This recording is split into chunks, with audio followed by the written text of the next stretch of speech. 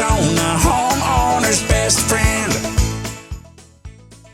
So the infrastructure cost for a potted system inside, you just got to look for the right soil. Yep. Couple pots. When we do them outside, there's always water that drains through. You put them in another little catchment underneath. Yeah, so what I like to do is I'll find a beautiful pot that's totally sealed.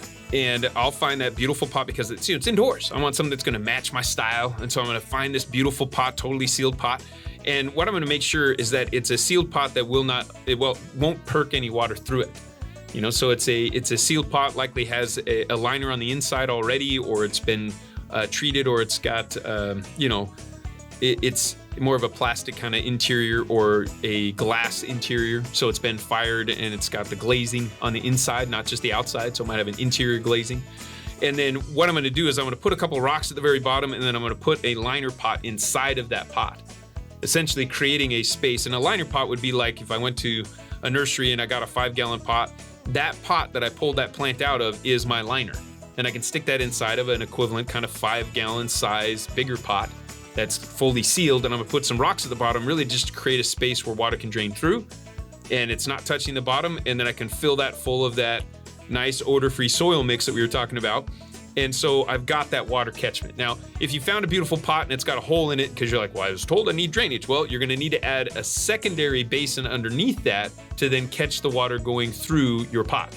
And that also can double as your dog water. There you go. There you go. You got the little dog water lapping tray that's going to have a little bit of soil in it, but we'll see how the dog does. It needs the nutrients, right? That's right. Yeah.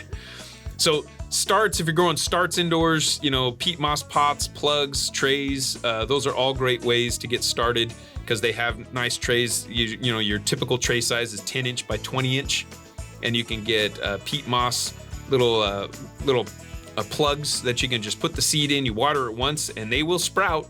You got a little cool covers on them. I mean, you can buy them at Walmart. You can buy them at any of the nurseries. They've got little packs that you can start your own starts indoors. And those things are reusable. And I'd highly recommend just reuse them.